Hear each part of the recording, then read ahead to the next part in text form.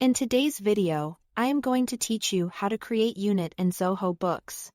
By the end, you'll know exactly how to add a custom unit of measure like set, pairs, or kg, so you can use it consistently across your items and invoices.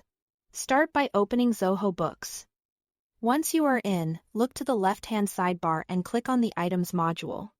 This is where all your products and services live, and it's also where Zoho lets you define the units that describe how you sell or track them. From here, you have two options. If you are adding something new, click the plus new button to create an item.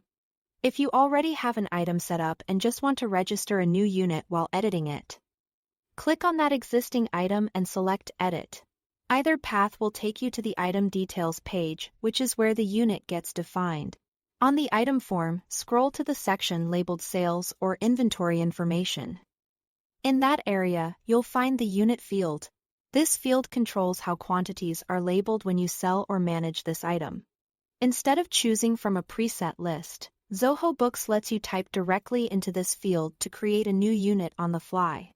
Click into the Unit field and type the exact unit name you want, such as set, pairs, or kg. Think about consistency here. Use a clear singular term, decide whether you prefer full words or abbreviations, and stick to a standard capitalization style. For example, choose kg or kilogram and use that same format each time. This helps keep your reports clean and avoids duplicates created by small spelling differences. When you are done, scroll to the bottom of the page and click Save. That's the key step that registers your new unit.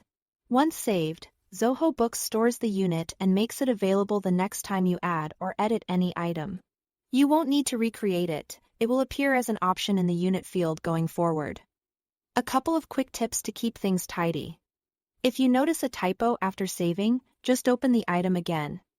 Edit the unit field to correct it and save.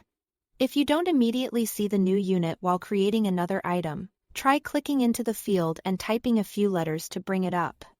Or refresh your item list to load the latest values. That's all to it. Thanks for watching.